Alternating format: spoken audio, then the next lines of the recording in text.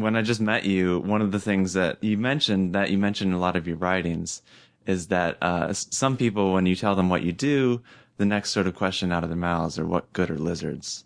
And your canned response to that is, what good are you, right? Yeah. So there's multiple ways to answer that question. You could say, lizards have this place in sort of their ecosystems where they occur. They're on, this level of the trophic level or whatever.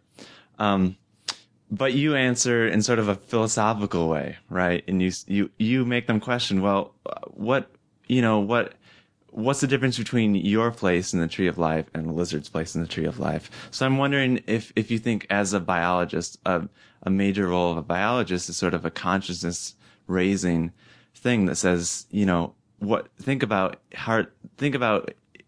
what's the intrinsic value of a human life versus a lizard life? Like, we're both branches on the tree of life. Do you think that's an important message that biologists need to get out to the I public? detest anthropocentrism. I just detest it. It's like the audacity it takes to cut down a 100-year-old, 200, 300-year-old tree, and humans do it with impunity. I mean, just get on a big caterpillar and push your way anywhere and channelize streams. And, we just think we can improve on nature, and we don't even understand what we're doing. And there's just, I guess part of this is overpopulation, but part of it is the lack of appreciation and understanding for the natural world that I have. I really care about wildlife and pristine natural habitats. And when people say things like, what good are lizards, I just have a really negative knee-jerk reaction. Now, I can answer what good are lizards with some anthropocentric utility, but I just don't want to go there. Yeah. And I think it's better to try to make them wake up. Right. So is the next answer with that? Does the conversation stop there, or do you go on to sort of tell people how cool are lizards? When I say what good is you, what good are you? Most people just turn around and leave. Yeah. I thought I would never speak to that woman again. I'm friends with those people. Yeah. Yeah. I mean, yeah, for me, like, studying natural history or life history of organisms just for the sake of learning about organisms just really demonstrates, how deep the well goes, and we don't even know, there's things out there that we can't even imagine. Exactly. And the point of studying organisms is to get at those, right? To discover what life does. I think a world without lizards would be unbearable. I mean, it wouldn't be worth living on. So they are the center of my existence in many, many ways. Yeah. Okay, let's go. Let's sort of go back and I'll start with another general question, but we'll get into your path with it. Reading about you and reading your books and sort of reading your publications and what your career in science is, I'm struck by the level of determination that you've had throughout all of your life, sort of the drive that's put you through it. I mean, you've had major potential setbacks all throughout sort of your path into science. I mean, when you were 13, you had the accident with the bazooka shell, and then when you applied for grad school, you didn't get into the grad schools you wanted to, and then one of your main areas of study in the field is like a place that's pretty inhospitable to human life, but yet you spent multiple years living out there. I love deserts because they're clean, pristine places without people and without human waste, and just they go and go and go forever. I get claustrophobic in a forest. Mm-hmm. I don't like it because I can't see. I feel sort of lost and closed in. But yeah. When I climb up on a sand ridge in Australia and I can look out for 50 miles, I feel this is right. This is the way things should be. Yeah. Was there any? It seems like there was never a doubt in your mind that you were going to be a biologist? Was Well, there any, were there any alternatives that you ever considered? When I was a undergrad, I didn't think I could make a living as a biologist, and I'm so glad I became a biologist. But I floundered between being a geologist and a biologist for 3 years as an undergrad at Carleton. And it was only in my junior year when I had a really bad experience with a geologist prof. And my biology prof said, well, have you decided what your major's going to be? I made up my mind that I was going to be a biologist, and I've never looked back. My daughters can't believe that I've been allowed to study lizards my whole life. And made a decent living at it. I mean, I think I'm just one of the luckiest people there is. Yeah. So, you know, it all goes back to that first lizard when I was 5 or 6. And I just thought it was the neatest thing in the world. And then when I was in 3rd grade, the 2nd graders down the hall had a little baby alligator in an aquarium. And I would stay after school and just stand there and watch that little alligator. And I reveled in its every move. It was like, this is the neatest thing I've ever seen. So I got hooked really young. And then I grew up in a small town with a creek flowing through it and really pretty close to wilderness around the hills around town. And we went on hikes. My brothers and I knew every square inch of the area around Wairika, California.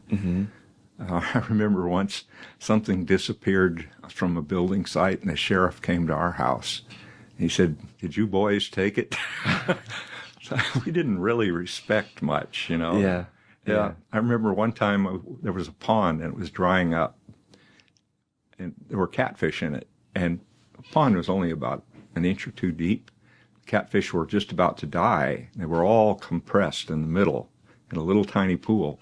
And we decided, well, we'll take those catfish home and eat them because they're going to die anyway.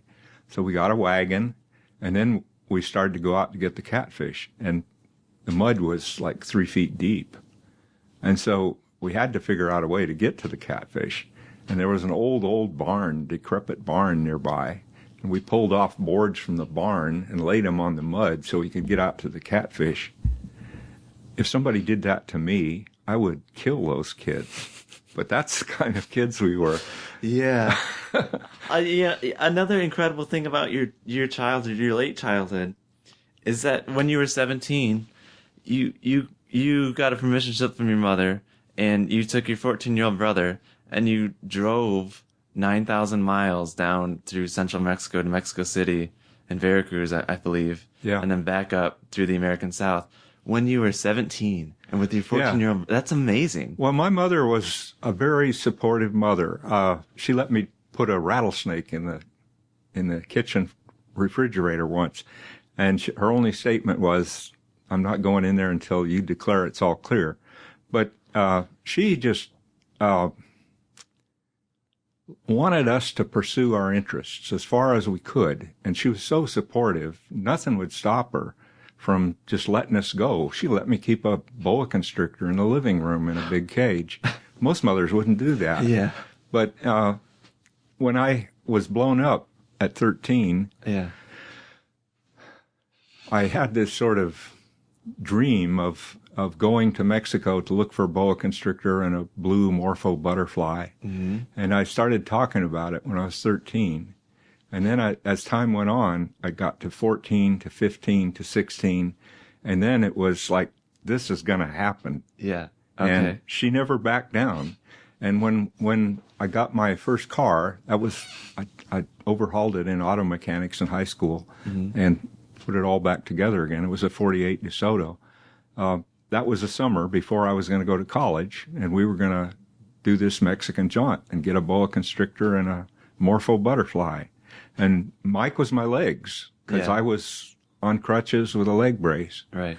And he was 15, I think. I was 17. Maybe he wasn't quite 15 yet. Yeah. But they armed us, luckily, with a letter, handwritten letter, giving us permission to do this. And my dad gave us his credit card, a Chevron credit card. And we just about bankrupted him with gas bills. I mean, he was very upset, but Were you in touch with your parents during this trip? Oh, I've got the letters. Yeah. We wrote letters almost every day and mailed them back. Okay. We got some from them. And when I got to the border, I called, collect, and talk to them. That was when I negotiated, let us go look for alligators in Louisiana and take the long route home. I wanted to catch a water moccasin. And anyway, we're driving through Louisiana, and some cops saw this California car with 2 kids in it. Yeah. And they pulled us over, and I pulled out our letter of permission, and they let us go. That's insane. That's crazy. Well, you couldn't do it now. Yeah, Mexico's a very dangerous place. Yeah. Right. I mean, that's just incredible. And then when you were an undergrad at Carleton, you did another trip. So this must have been after you've sort of, laid aside geology and declared biology as like your main thing. No, it was actually while I was still trying to do both. And in that second summer of my sophomore year, my best buddy, Steve Birch, and I planned this trip to Mexico.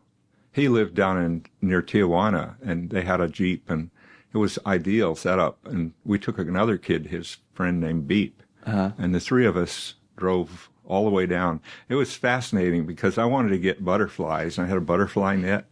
And really? You were a butterfly guy? Oh, I collected butterflies. I collected everything you can collect. Yeah.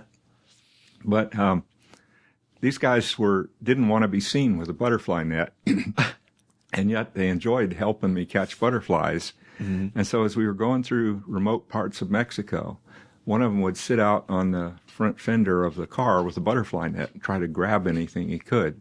But if we saw any Mexicans, we had to stop, and they'd jump back in and get in the car, and they didn't think it was right to be seen doing that. Yeah. Yeah, I made a nice collection of Mexican butterflies. I still have some of them somewhere. Oh, wow. I got the morpho my brother caught. Those are hard to get. They're very high-flying, fast butterflies. Yeah. So you did get a morpho on your first trip. We did. Yeah. Okay. I've got it. That's good. Yeah. So, but on that second road trip when you were an undergrad at Carleton, that collection, I believe, gave you your first publication. Yeah. When I was a junior, I was sitting in the biology lab with my lizards in big jars, and I had the Smith and Taylor keys to the lizards of Mexico. Lizards Hobart and Smith? snakes. Yeah, Hobart. Yeah. So anyway, I had the key, and I sat there and keyed them all out. That's an interesting story because I was so sure of myself. I thought I knew what I was doing. And I wrote a short little paper on my collection of herps from Mexico and sent it off to herpetologia. And they sent it back and said, "Who are you? You got to get your IDs checked by an expert." Okay. And so with sort of anger and I don't know, I wrote to Hobart because he was down at the University of Illinois, and I said, "Would you check my IDs?" And he said, "Oh yeah, sure, send them down." And so I shipped them to Hobart, and a couple weeks later, the lizards came back in a box, and there was a manuscript where he put me as first author and Hobart Smith. And he said, "This is the best way to do this because then people will trust the paper." Okay. Yeah. And very generously gave me my first paper, which came out when I was still a junior in 1959. Yeah. So why didn't it's you? Just a 2-page note, Right. But still, Yeah. I mean, but you've continued to write notes about the distribution and sort of life history of lizards throughout your career. Oh, I've written a lot. Yeah. I mean, it was a great first paper for because that's been the theme, one of the themes of your career. Oh, I think Hobart was really generous. So about the same time, I went down to the Chicago Natural History Museum and met Robert Inger, who was the curator of herps there. And when I told him what I wanted to do, and I was going to keep my own collection of lizards, just like Lawrence Klauber did. Lawrence Klauber was a rattlesnake guy that kept a huge collection. It's now in a museum. But I had my own tags and everything, specially made waterproof tags with my ERP on the back and numbers on the front. And I told Inger that I was going to make my own collection and then eventually, would get into a museum. And Inger just poured buckets and buckets of ice water on me and told me I was just a punk kid. And it was just so different. Really? The way Inger treated me. Yeah. And Hobart. Yeah. And it was at the same time. Exactly. But you're right. I was just determined, and nothing was going to stop me. Nothing. Yeah. I think I got that genetically, but also I always think, what would I have been if I had been born somewhere else? Your religion, your language, your nationality, everything is just an accident of birth. If I'd been born in the Middle East, I'd be praying to Mecca now, and I have 10 kids, and I certainly wouldn't be a biologist. And that's not something you get any control over. You're just born into it. So what happened to me when I was 13 was really formative. I think if I hadn't blown myself up, I could be a religious fanatic living in Wairika with 5 kids, pumping gas. That's what I could have been. But those long, long, lonely stints in the hospital turned me into some kind of a introverted hermit. And most people can't believe that I can spend months alone in the desert. But I do, and I enjoy it. Even having my birthday and Christmas and things like that, I don't get morose. I can get by without people. Most people I know say they couldn't do it. They have to have company. There's one woman that wrote a piece about me, and I can't think of her name right now. She did a really good job. And she wrote a book called Loners, and she understood where I'm coming from. Anyway, she wrote a nice little essay. I've got it online under it's the first one in the controversy over my speech. Anyway. Yeah, I mean, when you described in your book the Lizard Man Speaks, your experience as a 13-year-old and the accident, the bazooka accident, just when I read that, it was like, wow. I mean, you were 13. You just, teenage years are active and formative years, and then you just got like plastered to a bed for a year and had instead of being physically active, you were just like mentally, that's all you had. It was terrible. I had a home teacher, and all she could teach was English and typing and one other thing. And so what we did was we got I was in a hospital bed in the front room of our house with one of those bars. And we got a tray table, and my mom's old-fashioned Underwood typewriter was a big thing, and that sat on there. And the first thing this teacher did was get black caps for all the keys. So she made them all black, and I had to learn the hard way to type. And I was laying on my back typing, and that was my first year of high school. Oh, wow. But by the second year of high school, I was able to get up and walk around on crutches, and I had a cast on my leg. And then at one point, I remember the worst time of all was when I was in a body cast. And I couldn't bend my hip. It was up to here. And I was like a junior in high school, with all these luscious girls around, and I was totally unsocialized.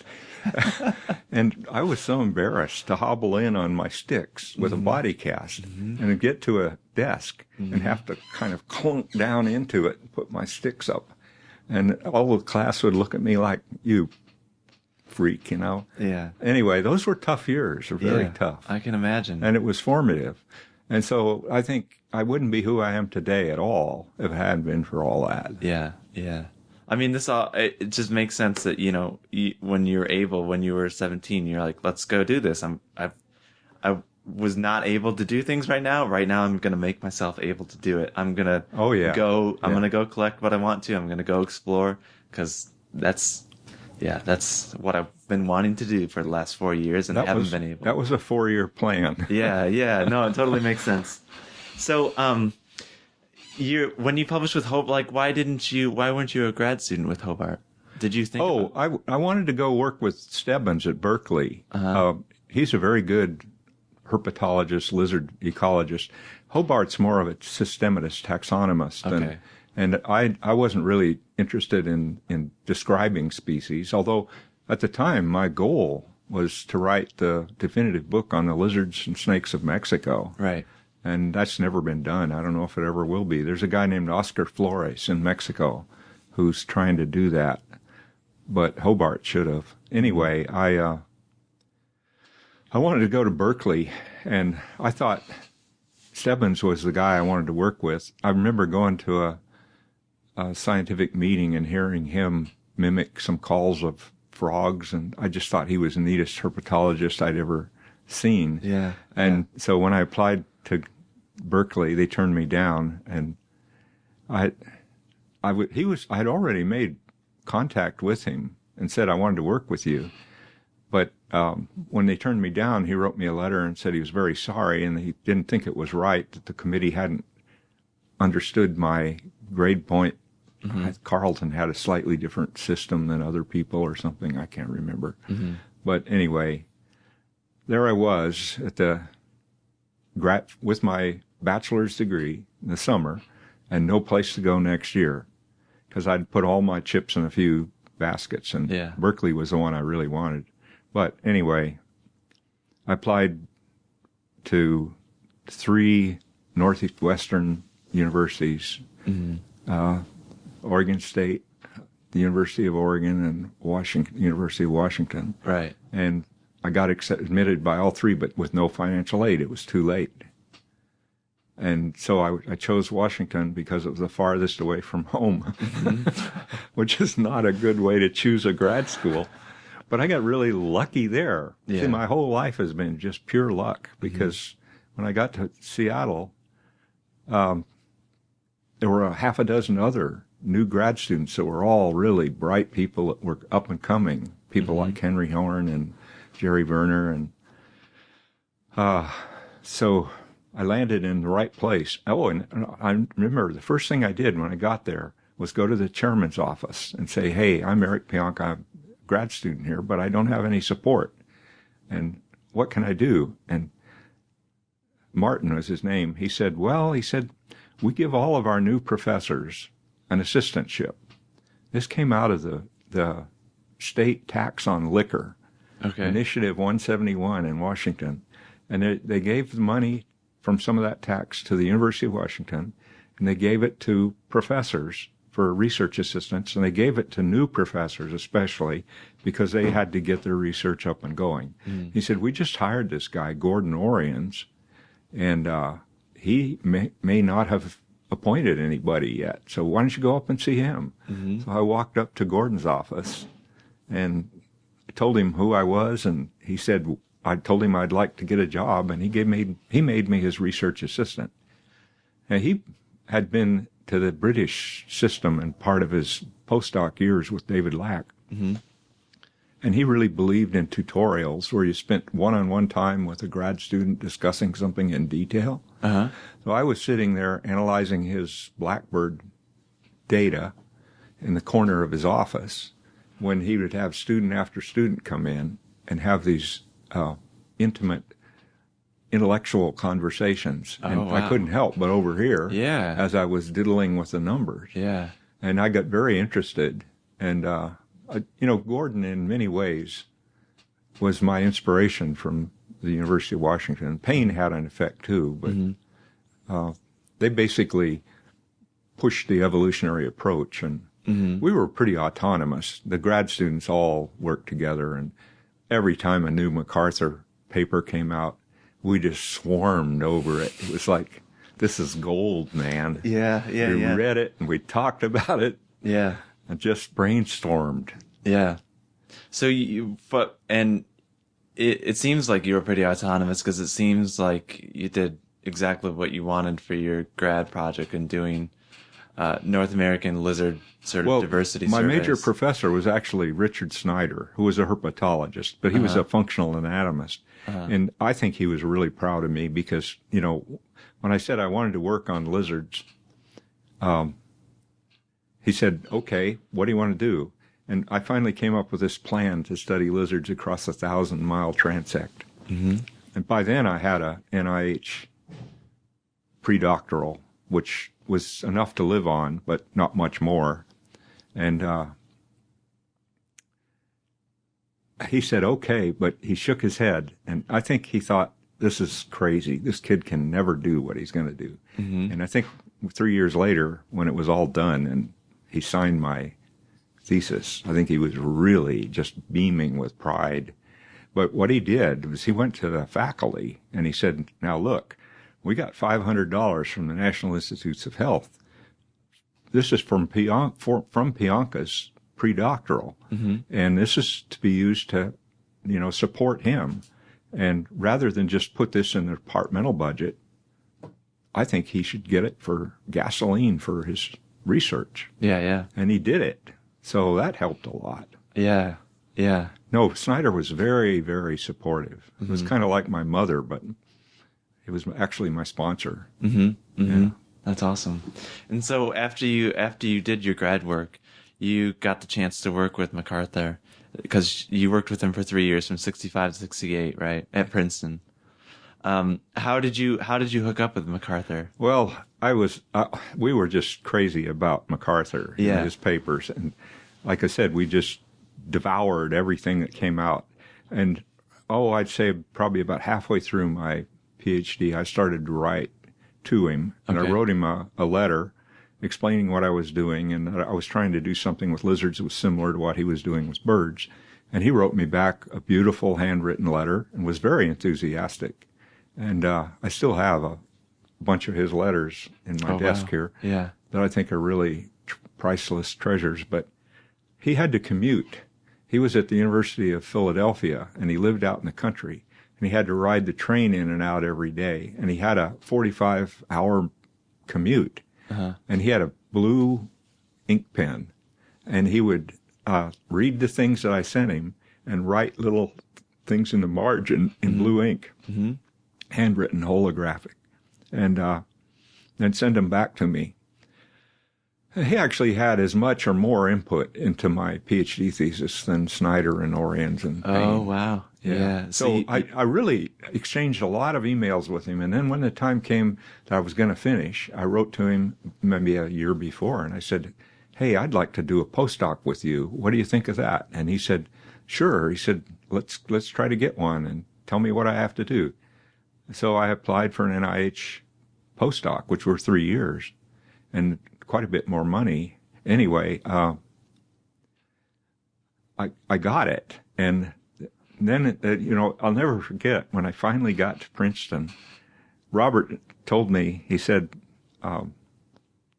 you can stay with me until you can find a place, and told me to come to his door. And so I did. And there was a football game in the stadium, and the crowd was roaring. And I just drove into Princeton on a Saturday and found MacArthur's house and walked up to the door and knocked. Mm-hmm. And he opened the door and smiled and shook my hand and invited me in. And I stayed with him for 2 weeks. Oh, wow. And we walked back and forth to his office every day. Uh-huh. And he, even though he was just outstandingly smart, the most brilliant man I've ever met, I don't think I've ever felt lesser intellectually with anybody in my whole life. But with MacArthur, I knew I was a whole notch below. And he didn't lord his brilliance over anybody. He was very cool about it. He treated me just as well as anybody. And so, I forget now what you were asking about. It was a long time that we've talked back and forth by mail. Yeah. And then I met him, and then I lived with him in his house for 2 weeks. And then spent 6 months as a postdoc getting ready for Australia. Oh, and I didn't have enough money to really do Australia right on the postdoc. Mm-hmm. So he volunteered to be a co-PI with me on a NSF grant. Okay. And we got an additional $6,000 from NSF. Right. And I was co-PI with Robert MacArthur, and all that money went towards my Australian endeavor. Yeah. I mean, you worked with him. I mean, there's no low period of his career, but 1967, I believe, is when Island Biogeography came out with him and Wilson. Right, I was so gone. He must have been working on that. I was gone when he wrote that with EO. Yeah. I was surprised when I came back to find that book because I didn't have any real forewarning of it. I didn't know they were working on it. Oh, really? No. Yeah. He wasn't secretive about things. There was no reason why he should have told me. Yeah. But anyway, he did, before I left him, tell me I should go up and introduce myself to E.O. Wilson. Uh-huh. And he warned me that it would be difficult to get to him because he had a pit bull secretary that wouldn't let you through the door. Really? And no, I didn't do it. But anyway, I do know E.O. now. Uh-huh. And, let's see, the biggest thing I noticed in Robert was when I was there in 65 and 66, he had no grad students except Ed Malley, and I was his only postdoc. So I was really a sounding board for him, and that's how I got so lucky to be co-author on optimal use of Apache environment. Right. That's a classic paper. Yeah. But he was just really generous to let me be that. But I got his time almost whenever I wanted it. That's and amazing. He offered me some really good advice back then, including the idea of a periodic table of niches, which I put in my textbook. Mm-hmm. And people have poo-pooed that idea, so I've never really given Robert credit for the idea, but I still have been working on it all my life, and I'm almost there, but I can't quite finish it. Mm-hmm. So anyway, when I left to go to Australia with Helen, my newlywed wife, mm-hmm. Robert was still pretty outgoing and alone. But when I came back a year and a half later in 68, right, he was surrounded by sticky people that wanted Robert. Oh. And he was very different. Uh-huh. Not so much towards me, but he was tired of too much attention. Yeah. Mm-hmm. Mm-hmm. That's interesting. Wow. Yeah. What was did he give you any advice about his approach to science, or sort of why, did any of that hang with you? Oh, yeah. Well, I think one thing I remember is he always had a book under his arm as we were walking. Uh-huh. And I'd look at it, and it would be some math book like Feller's Probability and Statistics. And I asked him, I said, what is this math book you're carrying? And he said, I read math for fun at night. And he said, I'm always looking for ways to connect math with biology. And then he told me, he said, when I'm with mathematicians, I tell them I'm a biologist. And when I'm with biologists, I tell them I'm a mathematician. But that's what he did, was he imported things like the broken stick theorem from math books. Mm-hmm. And that's how he got a lot of his ideas, I think. Mm-hmm. I think that's a way that a lot of people succeed, is by kind of bringing disciplines together. Yeah, that makes sense. One thing he did tell me that I still remember is, people remember the broken stick relative abundance controversy. It got really ugly at some point. Robert sort of disowned it when somebody found something wrong with it. And he said, good people move on to new things, but he said, some people are just so dogged that they stick with something like that after it's no longer useful. And he didn't have much to say for that. Yeah. So in 68, maybe late 67 or so, you do your first extended trip in Australia. And during that time, you also get hired here at UT Austin. That was actually in 68. But okay.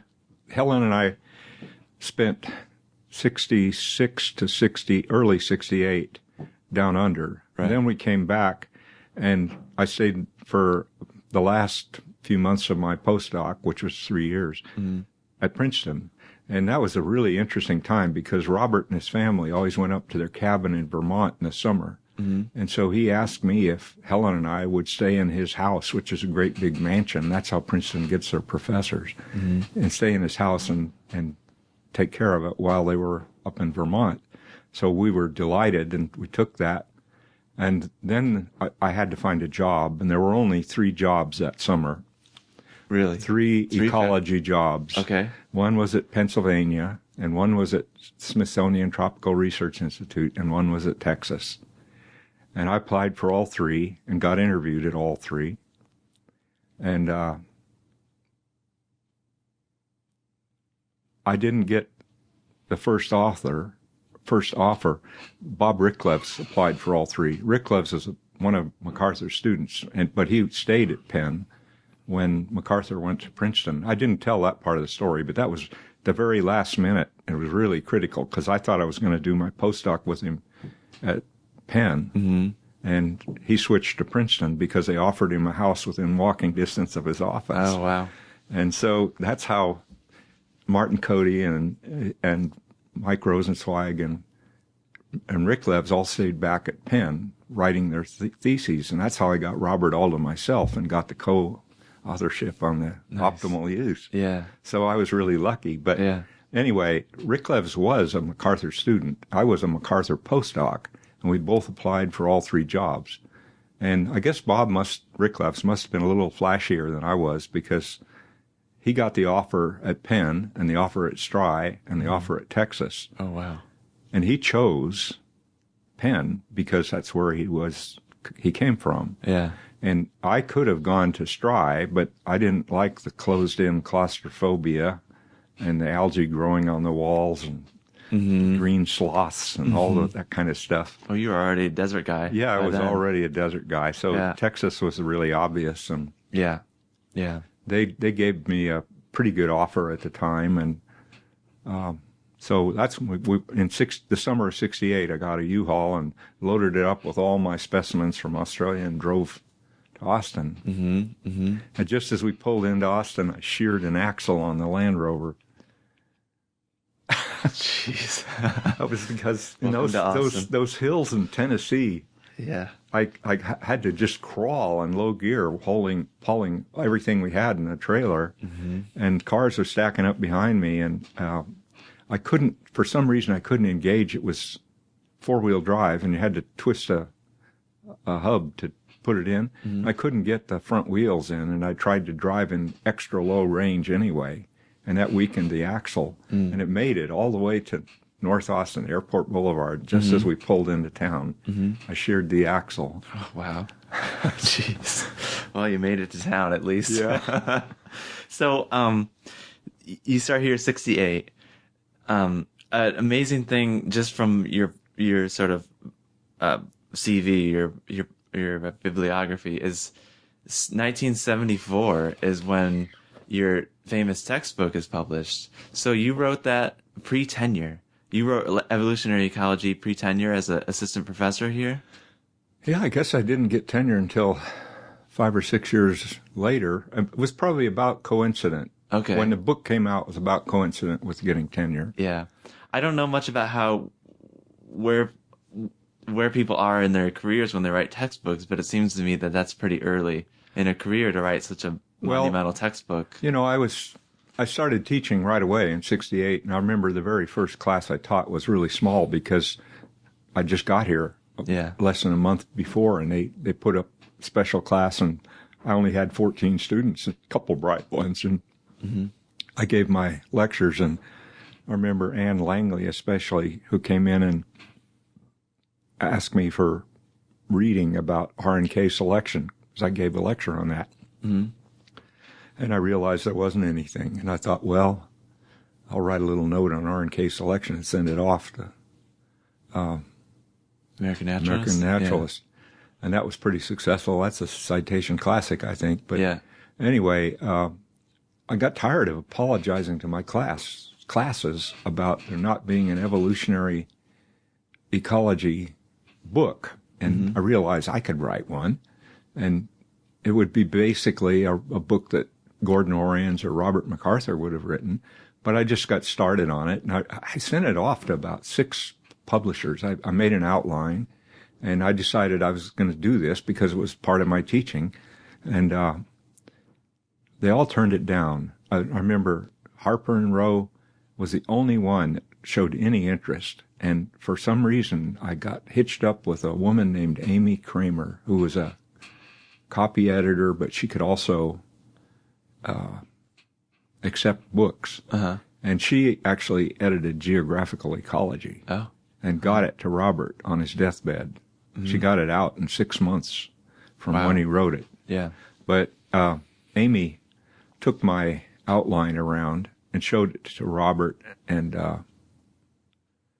this would have been about when he was dying, I think, in 72 maybe, or even a little earlier. She showed it to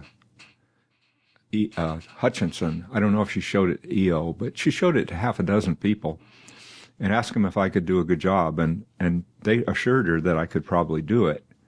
And so she supported my book at the same time that she was hearing Robert dictate his thoughts on what he would have done if he hadn't died. Oh, wow. And she coupled the two of us. And I always love it because if you look at the first edition of my book, it matches Robert's book. They're sort of sympathetic colors, but they're same. They look the same basic layout. And I love it when I go to somebody's office and see evolutionary ecology sitting next to geographical ecology. Yeah, that's awesome. Yeah, no, Wow. and I really feel like that book is Robert's book. Yeah, that's incredible. I stole some of his stuff for the climatology. He really got impressed with how understanding the climate of planet Earth was important, and he wrote some really simple stuff. He wrote a book with Joe Connell, freshman level kind of book, and I used that for a textbook for quite a while. Yeah. Okay, well, I want to briefly talk about your approach to your research.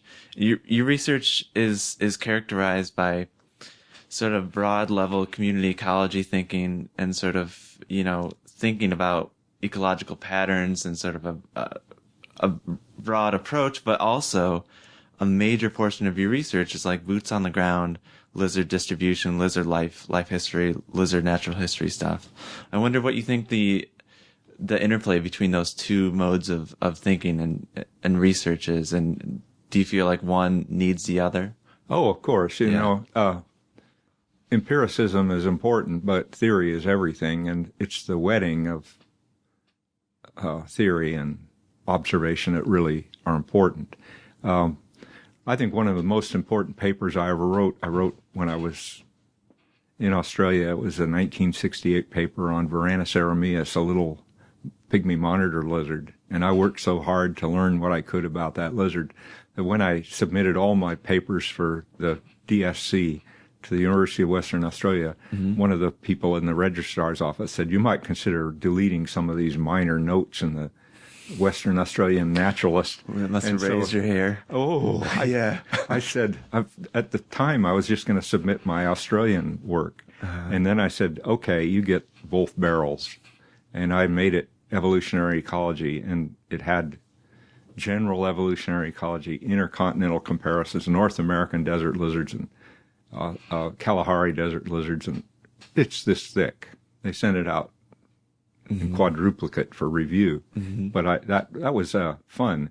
And I've done a lot since to improve what I know about that species. But I think those little notes are just as important as the big things, although other people don't. And they don't get into journals that have a high impact factor. Right.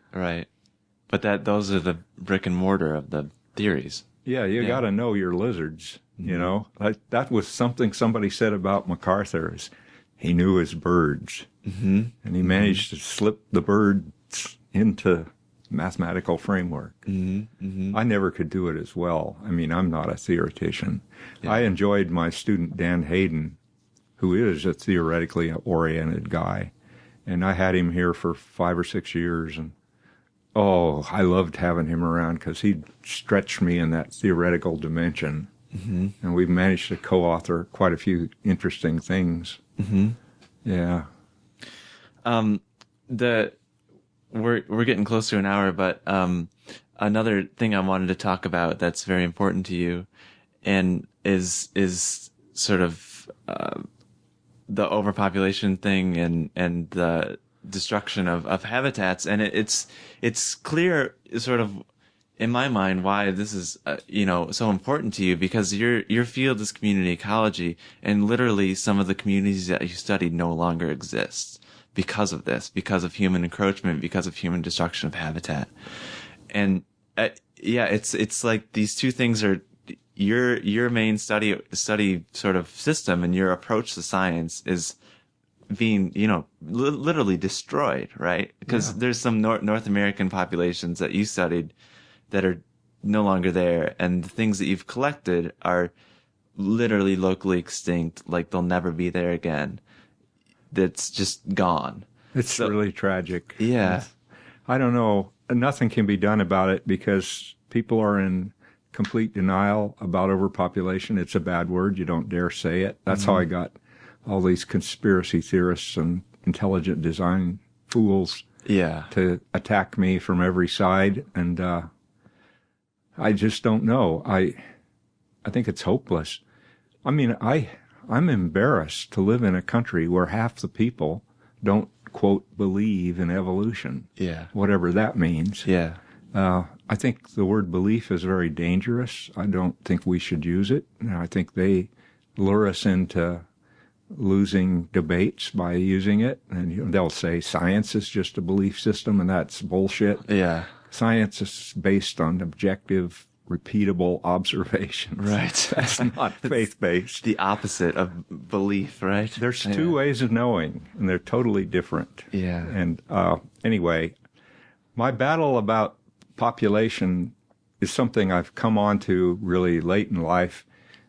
If you look at my textbook, the very first version, 1974, ends with a chapter called Man and Environment. Mm-hmm. And in a way, that was way ahead of time, but I dropped that because in the 70s, everybody was writing books on man and environment. And there was this big Earth Day movement, a big attempt to try to stop the runaway population growth. Right. And ZPG even changed its name. Everything just fizzled out.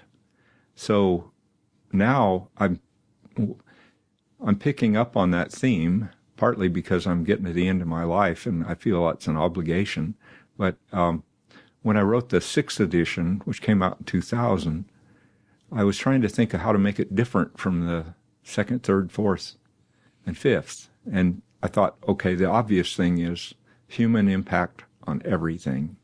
So that's what I did, and I fitted climate change and everything I could think of, pollution, destruction of habitats, into that 6th edition. And then I started giving this Vanishing Book of Life speech. Right. And the first time I gave it was at Norman, Oklahoma, for the American Society of Ichthyologists and Herpetologists. They made me Distinguished Herpetologist of the Year. So I gave that. I'll never forget, because I'm not a natural speaker. I had to stand up in front of 1,000 herpetologists, and many of whom I respect so much that they know so much more than I do. But as I walked up to the microphone, my body was going like this, and it just shakes. Mm-hmm. And I somehow held the podium and gave that talk to all those people. It was frightening. Anyway, it went over well. I got a good applause. So I started giving it regularly, and I gave it half a dozen times and never had any trouble. And each time I got more and more aggressive at the end, where I started taunting people with overpopulation and how something is going to control humans, and microbes are going to do it if we don't find our will to do it ourselves. Yeah. And so I started really working on that. And when they made me Distinguished Herpetologist, I had to give a keynote address to a whole bunch of people. It was 400. Most of them were Texas scientists. Most of them were biologists and geologists. But anyway, I thought, well, I could give a talk on lizards, but that wouldn't really be very interesting to this diverse group. And I probably ought to just work on my Vanishing Book. Mm-hmm. So I did, and I gave it and had a standing ovation, except for a couple of ID freaks who then savaged me and called me Dr. Doom and put up a web page. Yeah. And he actually triggered the conspiracy theorists like Alex Jones and Prison Planet and all those people. Uh-huh. And they've taken, sentences of me talking in front of a video out of context and pasted up Hitler and stuff. I mean, it's just ridiculous. It is. It's totally out ridiculous. of control. Ludicrous. It's out of control. Yeah. I'm the enemy of the fanatic religious right. Yeah, it doesn't. None of that. It doesn't make sense. Like their reaction at all. It's mind blowing. I don't know. I've got a thing I want to show you. It's a PowerPoint presentation I made, and it comes in two parts. And the first part is economics, and the second part is the environment. And it's my attempt to show how everything is connected and stems from overpopulation. Mm-hmm. But if people won't recognize overpopulation as the causal agent of all of our problems today, mm-hmm. how are we ever going to get out of it? We're not. Mm-hmm. So what I'm trying to do, for example, the city of Austin just outlawed paper or plastic bags in grocery stores. They felt like they were doing a good thing because plastics are bad, and I agree with that. But, I mean, talk about treating symptoms. We're putting Band-Aids on a dying patient. Yeah. So I'm trying to make people stand up, get out of denial, and say, yeah, there are too many people on this planet, and we've got to do something about it. But I fear it's too late, because you're not going to decelerate climate change. And most people think the answer to the energy problem is more energy. And that's what we're doing, is fracking and releasing more and more methane, which is one of the most dangerous molecules there is. Mm-hmm. We're just going ape and doing exactly the wrong things. We're speeding up climate change and shortening our time on this rock. And the worst thing is we're going to take out all those other magnificent creatures that were here before we were. Right. Like monitor lizards. Yeah. So let me ask you this to sort of wrap it up. Well, like, what if you were early in your career right now, in this current climate, in the culture, in the environment, as a biologist, what would your role be different? Do you think you'd concentrate on different things? That's a good question. I don't think I would ever be allowed to do what I did now, because wild animals are protected. And I think it's going to get to the point where vertebrates, we won't even be allowed to touch them. Nature reserves are not open to biologists, and that's a mistake. Mm-hmm. But I'm trying desperately to save my data for future generations. I told one of my colleagues about it, and he said, I suppose people might still be interested in lizards. And that just sends a shiver down my spine. You know, it's, I was really lucky. And I don't know, if I was your age, I don't know what I would do. I think I'd go to Canada and build myself a cabin and start growing my own food and just try to ignore what's going to happen to the rest of the world. Because Canada is only going to get warmer. Canada's got plenty of water and timber and fish and resources, petroleum. I think that's what I'd do. Would you still be a biologist? Well, I'm a rancher too. You know, I've got a bison herd. Yeah. And there's not much difference between being a rancher and being a biologist. You're close to the land either way. And, you know, I don't know if I would have gone through graduate school, all those years of hardship and apprenticeship. In today's world, it wouldn't make any sense. It did back in the 60s. Mm-hmm. Mm-hmm.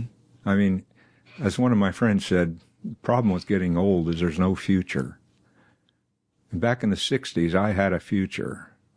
I had 50 years ahead of me, and I planned it all out. Yeah. But now there's no future. And I think this is one of the scariest things, is we have taken the future away from young people. And that's how you get terrorists that die for 14 virgins on their own planet. You know, it's when you take the future away from a young man, you got desperation. Yeah. That's dangerous.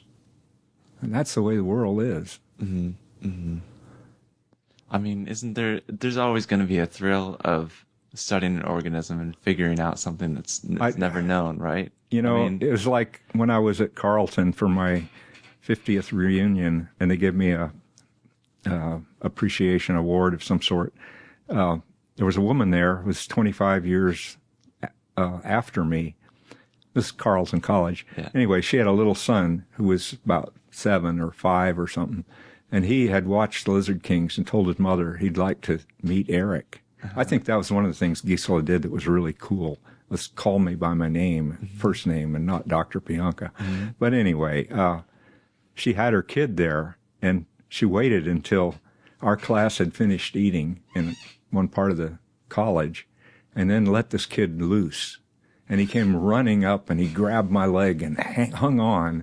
And it startled me at first, but then she came right up behind and said, my boy is fascinated with lizards. And anyway, so she bought The Lizard Man Speaks and the Lizard's book with Vit and sent them to me with a picture of her boy and me. And then she wrote this up for the Carleton alumni people, and they put it in the alumni magazine, a whole page. I put that online somewhere. But anyway, I remember I wrote in the books for the kid, I hope you get to enjoy lizards as much as I have. But I don't think he will. He'll find something, I'm sure. Yeah. Yeah. I think that's a good place to put a pin in it. I think that was great. Thanks for talking to me, Eric. Yeah, well, you can edit out anything where I said a bad word. Oh, no, it's fine. It's fine. It's fine. Well, thanks a lot. This is awesome.